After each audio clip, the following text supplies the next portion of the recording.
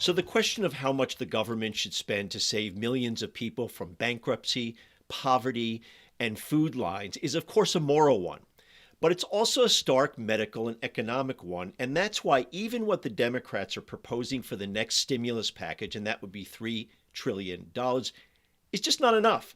So I'm going to outline today a rational plan that more than doubles that $3 trillion figure. Fight me on it. And we're also going to take a look at what's going on in Hong Kong in a conversation with an international labor leader who's going to help us understand the suppression of workers' rights that's accelerated in the last few days. And of course, this is Jonathan Tassini, and it's great to have you on our show for July 8th, 2020. Our major sponsor, as usual, is the American Postal Workers Union, which fights for dignity and respect for its 200,000 members and retirees, as well as 2,000 private sector workers. And of course, you can too become a sponsor of the show, a small donor sponsor. You can do that in two ways. You can try to do that through Patreon if you're comfortable with Patreon. You can do that by going over to workinglife.org, looking for the podcast tab, and then clicking on our link to Patreon. Or if you're more comfortable using ActBlue because you're familiar with ActBlue through other political donations you've made, we have a link to ActBlue, and you can find us at the Working Life Network at ActBlue, the Working Life Network with Jonathan Tassini. And sure, if you want to donate there, that would be great too. You can do that as a small donor and become a supporter of the show so we can continue bringing you this great content, which I think you're not going to find in most other places. Okay. So here's my number for the next stimulus. Are you sitting down? $6.5 trillion. And I'm going to walk everyone through this with each number. So get your pencils, your pens, and your e-devices ready. But first, here are the principles that underlie the numbers. And most of this is so obvious, except to so-called leaders who are driven just by ideology, not facts. So fact number one. If people don't have money in their pockets, they can't spend it on basics like food or things like clothes. And whether we like it or not, 2/3 of our economy is powered by consumer spending. And yes, that has a lot of downsides, which I've discussed in the past and we'll talk about in the future, but that's the reality for today. Fact number two, states and local governments are a big engine in the economy for good reason. And keeping those operations fully funded and healthy is crucial because millions of people work for the government. In just 2 months, for example, we lost 1.5 million state and local government jobs. Here's fact number three. If we don't pay people enough money to stay home, they are going to have to go to work because they can't afford not to miss a paycheck. And because of that, the pandemic will continue to rage.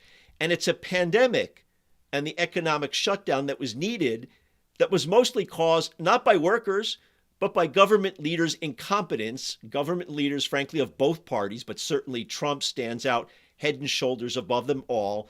At all levels, they were incompetent in responding to the pandemic. Fact number four. Go big now, because interest rates are at low levels, record low levels actually, so any borrowing is going to be done on the cheap and will easily pay off down the road in security for millions of people. Okay, so now let's go to the numbers. The first one, pay people their full wages, up to $90,000 a year. And that's a proposal that's being put forth by, in the House, Pramila Jayapal.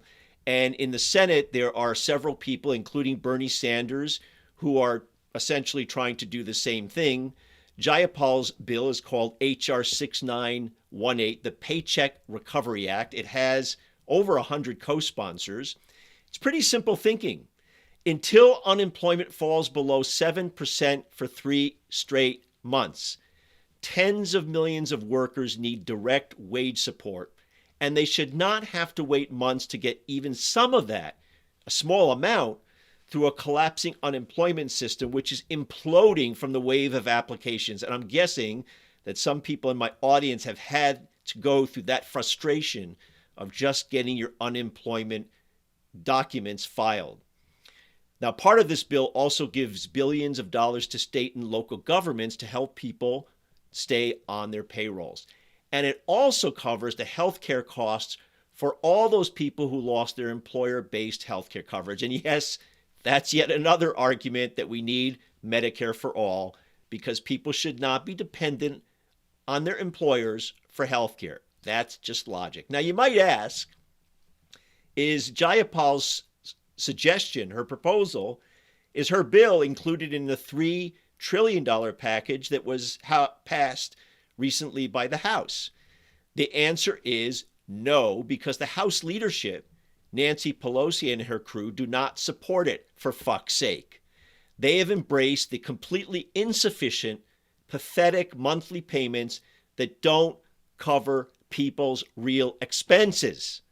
So what we want to do is we want to basically say that until this pandemic eases and millions of people go back to work, the government should be essentially the employer, the guarantor of people's wages up to $90,000 a year. Now, my only issue with Jayapal's bill is that it is costed out only for 6 months at $654 billion. I think we need to pass it for a full year. And that's at a minimum, because any half-assed realistic analysis shows this economic crisis will last well into 2021 and probably beyond, and the unemployment rate will certainly stay above 7% for that year, for 2021. So I'm costing my proposal for that full year at $1.3 trillion. My second principle, my second suggestion in this proposal, state and local support. And I'm proposing $715 billion for states and local governments to cover the huge gaping holes in their budget. Holes mostly because of less tax receipts and lower sales tax revenue. Again, folks, that's pretty obvious. If people aren't working, they're not going to be paying taxes, and they're not going to be buying stuff as much. And so that reduces the revenue, a large part of the revenue that's going to basically every state. Folks, this is an emergency right now, today, because unlike the feds, state and local communities can't run budget deficits or print money. In basically every state, you've got politicians who are now drawing up plans to slash jobs and cut services to the people. And that could obliterate another 3 million jobs in the next year. Think of that. 3 million more jobs will go by the wayside if we don't act now. And those jobs that I'm talking about are state and local government jobs. And you know what? If politicians don't care about cutting government jobs, they are just being racist. 20% of government jobs are held by African Americans and 10% are held by Hispanics, mainly because racism in the private sector for so many years barred people of color from getting decent jobs. So they opted to jump into government service, a very good pursuit, a very good life, a very good job, where affirmative action safeguarded their rights a bit. Here's a big number that I'm suggesting the Democrats are not even considering. $500 billion to stabilize public employee pensions. And no, get this straight. Public employees do not have generous pensions, even though you've been bombarded by that nonsense by the media year after year. Public workers' pensions at most give folks a decent retirement. Nothing lavish, but enough to pay bills and lead their retirement with dignity, respect, and some security. And the worst part about this is that now public employee pensions are being hit for the second time in a decade or so because of an economic crisis. You may remember in the 2009 recession, that undercut pension holdings significantly. And then in the years after the recession and after the recovery, public pensions gained some ground, made up some of the hits that they had suffered. And then now, again, with this economic collapse, the pensions have been hit again. Now, Yes, I know some of you will say, hey, the stock market is back up from its lowest point earlier in the pandemic. I just don't buy it. And I don't think retirees should sit there waiting for the market to collapse again when the pandemic waves hit again and again over the coming year or two, until, of course, there's a vaccine. Again, this is very smart economics, not just a moral question. People retiring right now, or depending on their pensions already and in the coming years, need to have a solid pension because that's what they overwhelmingly count on to pay their bills. That's what they use to then go out and spend money in the marketplace. Okay, number 4. I would put another $600 billion for 1 year into something that I would call Pandemic Medicare for All. If you want people who don't have employer-based coverage to be healthy, and that's a lot of folks, and you want them to be able to stay home with good care and not have to go out sick to a job, sick I'm meaning with the coronavirus, because they can't afford a hospital or a doctor, we have to cover everyone. Everyone. Everyone should have Medicare for All, and let's at least have 1 year where everyone is covered, and then we can debate about extending Medicare for All, whether or not to do that. But at least in the pandemic, everybody is covered. Okay, number 5, and here's a nice round $1 trillion for infrastructure projects, all of which should be required to address climate change. Again, this should have been done years ago, but now doing that, putting $1 trillion into rebuilding highways, sewer systems, putting in things that are climate friendly into our infrastructure, that would put thousands of people back to work on projects fixing our infrastructure, which has a pathetic D+ rating from the American Society of Civil Engineers. No left-wing organization by any stretch of the imagination. Okay, the next line item, cancel all college debt. I can hear the cheers coming from many of my listeners and my audience. That's a nice hefty $1.5 trillion. Again, this should be done anyway. Huge college debt, as we know, is a massive burden on millions of people and is actually a huge drag on the economy. If I have to pay off a big college debt every month, that money is not going to go on other things that I might want to buy or even save a little money. And I think it would be okay to connect some pandemic public service to this. Say if you get your college debt relieved and it's canceled, you put in X number of volunteer hours as a virus contact tracer. That would be one option.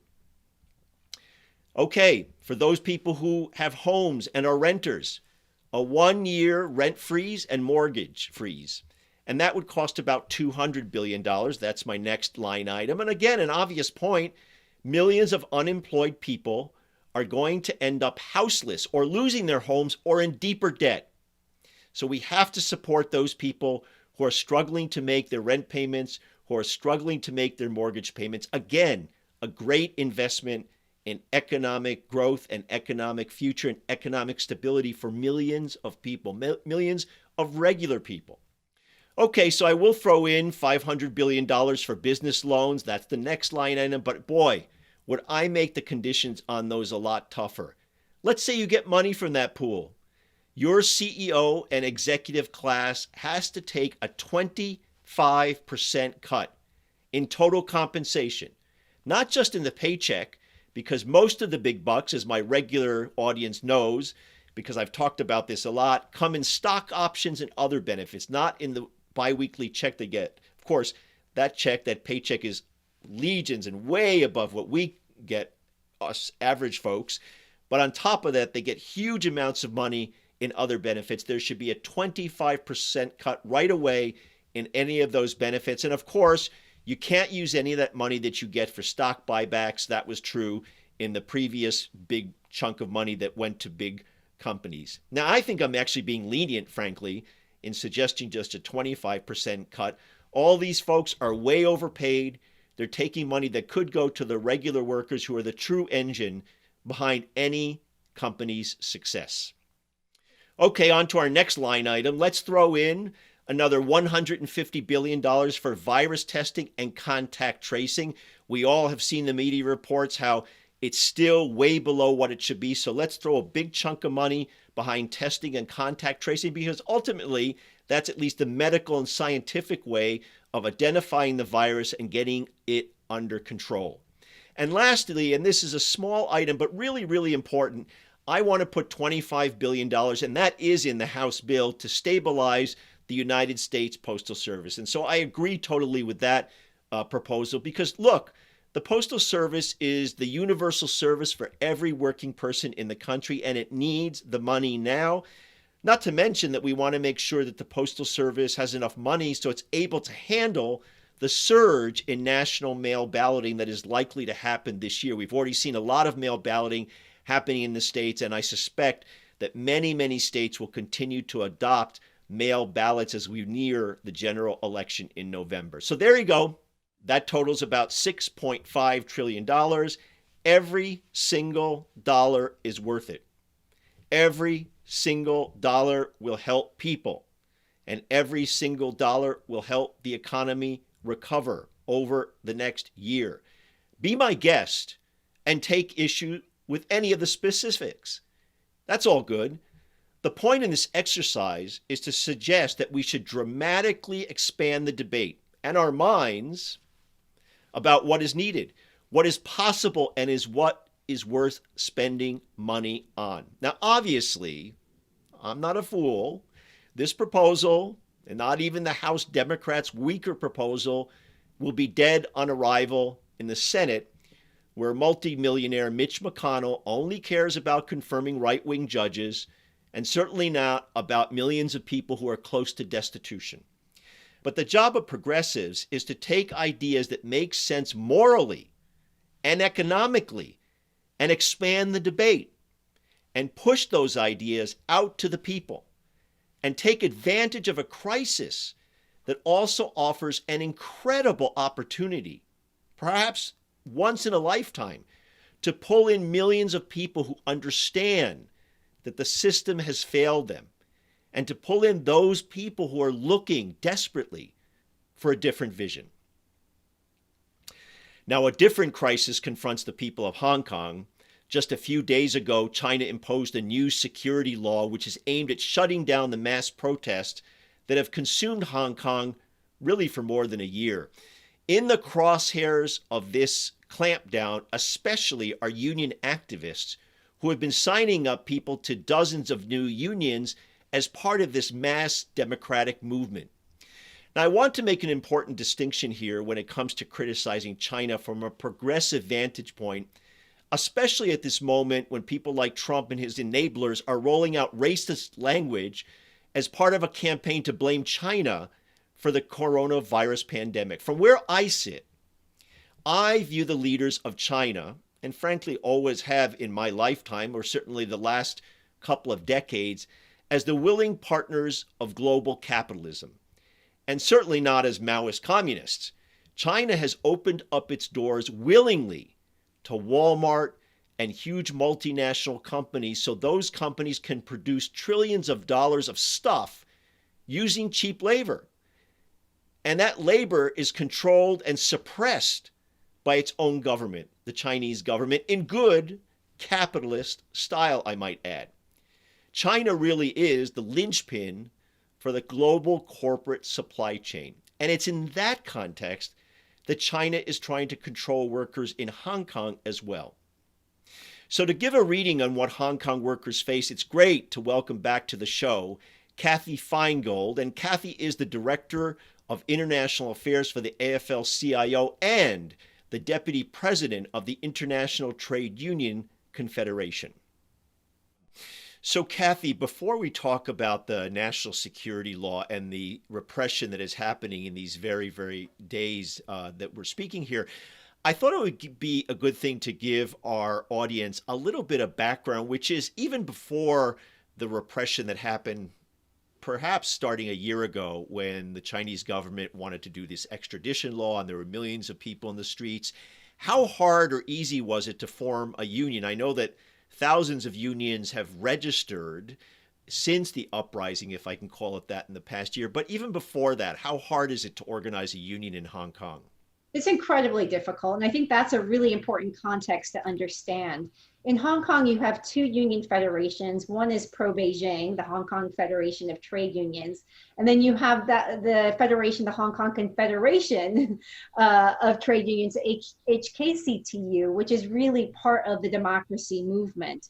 But there's no right to collective bargaining in Hong Kong. It's incredibly hard to exercise your rights as a worker and to organize a union in Hong Kong, even before this current moment.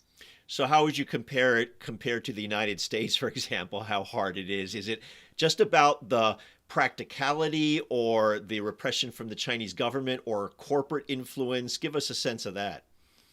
I would say it's all of that. I Mm. mean, it's an incredibly capitalist society. You've got the Chinese government monitoring everything you do. That's why the pro-Beijing movement is there to counter everything that the independent labor movement is doing. And then the laws don't help. So they've got sort of the, triple challenge of bad labor law that doesn't support worker rights, mainland China watching what you do, and a very capitalist corporate society. And so a year ago, as you quite well know, there was the extradition law that the Chinese government tried to implement, and there were huge demonstrations. I mean, I think I saw one figure that said that at any given time, there were moments when 25% of the people of Hong Kong turned out into the streets. And I remember seeing those incredible images of a million people marching and saying, why not here? But let's not go there about the United States. So, what has changed in the last few days that puts your colleagues in the trade union movement at particular risk? Right. So on the evening of June 30th, the Chinese government put forward a national security law. And the national security law, we should make sure people really understand that Hong Kong really lives sort of a separate life from many of the security laws found on mainland China. And that's why you had this, sort of very extreme form of capitalism. People were used to being able to take to the streets to protest even before this extradition law. And so on July 1st, this national security law is targeting the democracy movement. And so when there was pushback on the extradition law, they had to pull that law back. They came back with this security law to make sure that the democracy movement would, in their eyes, become completely controlled by mainland China. There are 66 articles. It's an incredibly sort of long, convoluted law that even those that have read it say it leaves it very open and ambiguous to what it exactly means. But what we do know is that people, I think, are subject to more easier arrest and detainment. I gather that at least a couple of people who you work with have already been arrested in recent times, right? Is there anybody of the activist in the labor movement there, the Hong Kong Confederation of Trade Unions, that's in jail right now? So they're not in jail right now. Lee Chuk Young, who is Hmm. a longtime activist I've and met him colleague actually. I met him some in years LA ago. Yeah, in one or of St. your, Louis. I think it was in St. Louis actually. Yes, at the convention. He spoke at the AFL-CIO convention. He's a Hmm. longtime ally of the AFL-CIO and of the global labor movement.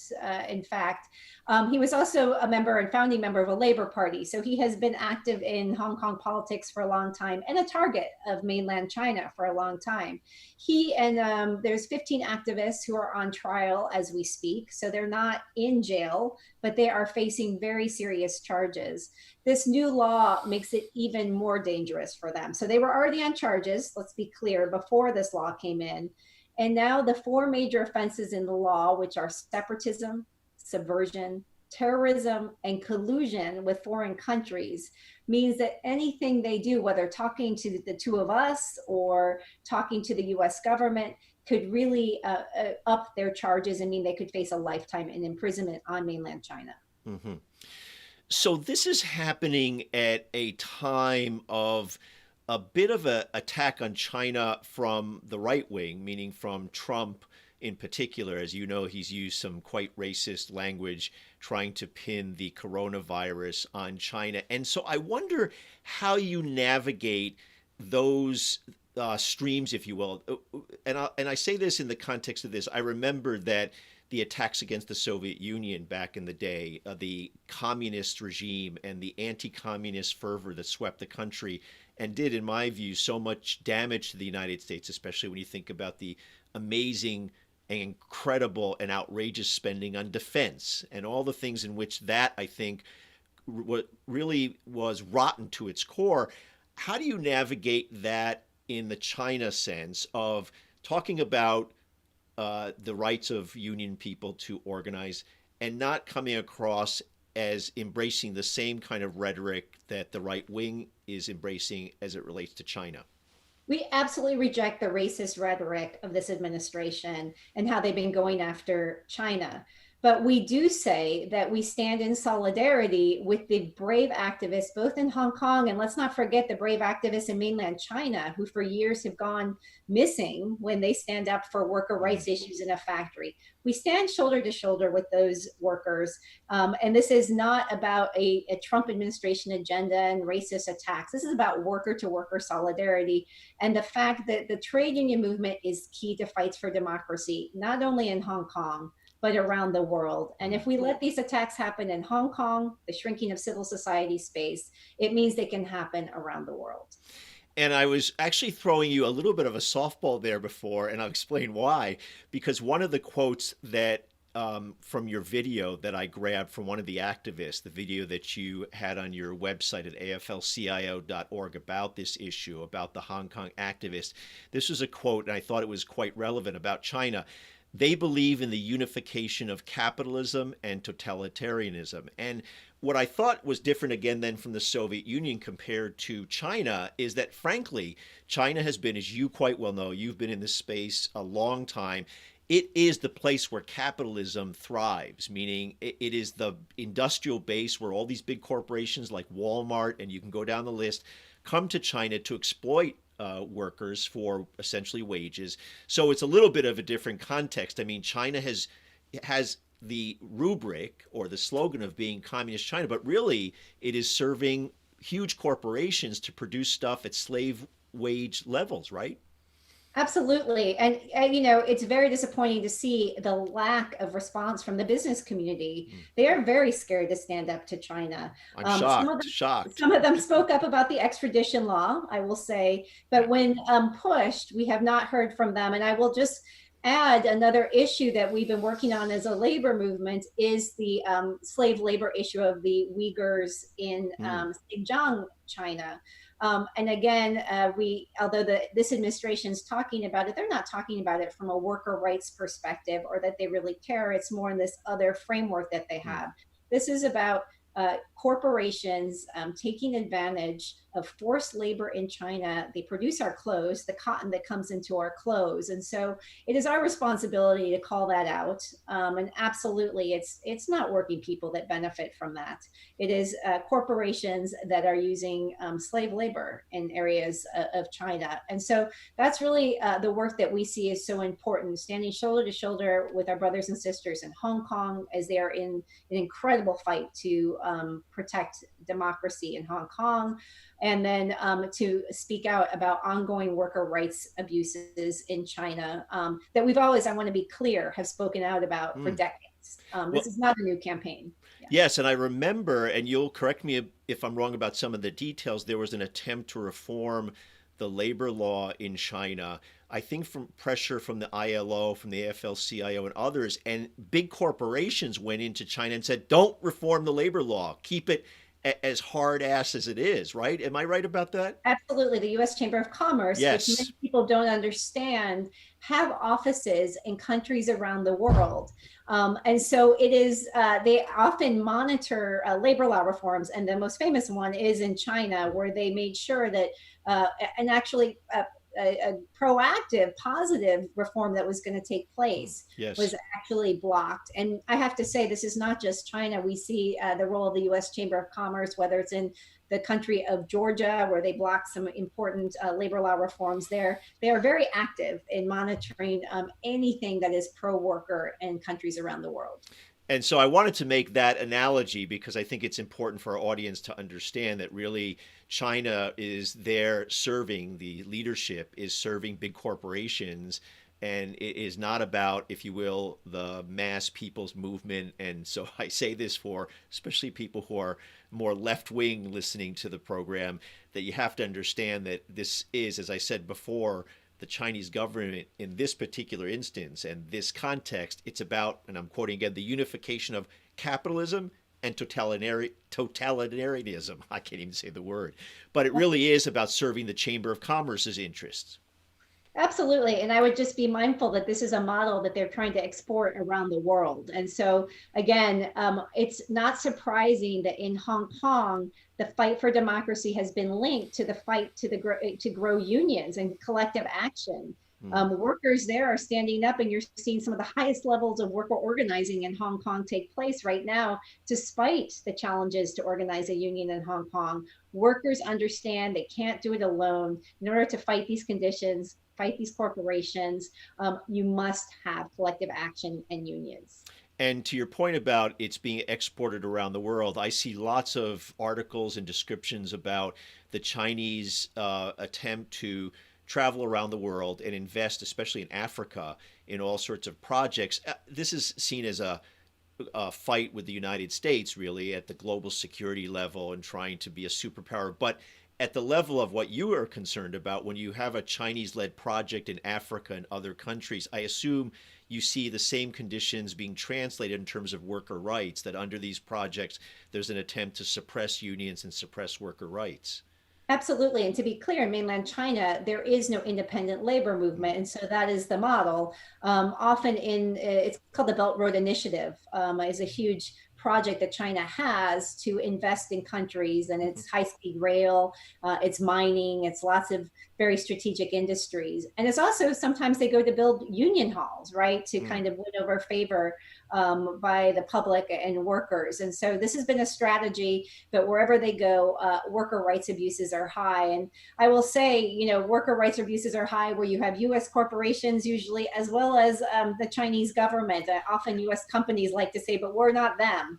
Well, they So work hand in glove. That's why we can't separate their interest, the Chinese government's interest and U.S. corporations. They work hand in glove, obviously, because the underlying idea is not competition over an idea or competition over a better product. It's all about suppressing wages and suppressing worker rights. absolutely. Although I am hoping in the current moment where we're facing this threat of, systemic racism, economic inequality, a pandemic, and a challenge to democracy, that corporations will finally see that we need a transformative model. We cannot continue like this. And if they continue to support kind of repression that we're seeing in Hong Kong and China, you're going to continue to see backlash. You're going to continue to see workers organizing and rising up. This is not the model that we need to come out of in this current time of crisis. We need a much more transformative pro-worker model. And so the last question I'll ask you is this. Okay, so here you are with your comrades in Hong Kong under this incredible repression. What do you do? I mean, how do you support folks in a situation where you have this totalitarian regime suppressing folks? You can't call out your own military. How do you support them? And what's their then future in terms of fighting back against this? The most important thing they told us, so on June 30th, we gave the Civil and Human Rights Front, one of the key democracy organizations, including the labor movement, our annual Human Rights Award, the AFL-CIO George Meany Lynn Kirkland Human Rights Award. And they were clear to us. They said the one thing you can do amidst all the challenges everyone's facing is not to forget us. And so I think that's one thing I would tell everybody. It is not easy to take on China. It is not easy to take on corporate power, but it is easy to make sure that the people that are on the front lines are not forgotten. So whether it's sharing the video that we've posted, and hopefully you'll post on your site, it's using social media to support the HKCTU. You can find them on Twitter. It's making sure that you stand and make statements in support of labor activists in both mainland China and Hong Kong. That's what they've asked us right now. I will just say on July 1st, that the day that the law went into effect, Lee Chuk-young, the head of the labor movement in Hong Kong, was testifying in front of the US Congress, boldly challenging the new national security law. If he's that courageous, we need to stand with him and make sure he's not forgotten. Well, they've got a tough road ahead of them, obviously, but they're great it's great for them to have you as their advocate and other people and thousands of activists around the world. And we'll keep following this. And thanks again for being on the program. Thanks so much. Great to be here. Okay, folks, that'll do it for this show. Thanks to my guest, Cathy Feingold. Our editor, as usual, is David Hebden. Our major sponsor is the American Postal Workers Union. And again, you all, everybody tuning in to this show, can become a minor sponsor, a modest donor. You can do that in two ways. You can either go to Patreon, and you can do that by navigating through workinglife.org. Click on the podcast tab and find your way over to Patreon, and you can sign up to be a small donor of the show, a supporter of the show. And of course, those of you who are more comfortable with Act Blue, you can tune in to Act Blue. You can go over to Act Blue, look for us at the Working Life Network with Jonathan Tassini, and you can sign up there as well, either a one-time donation or maybe a small donor donation every single month. Thanks for tuning in. Look forward to having you back next week.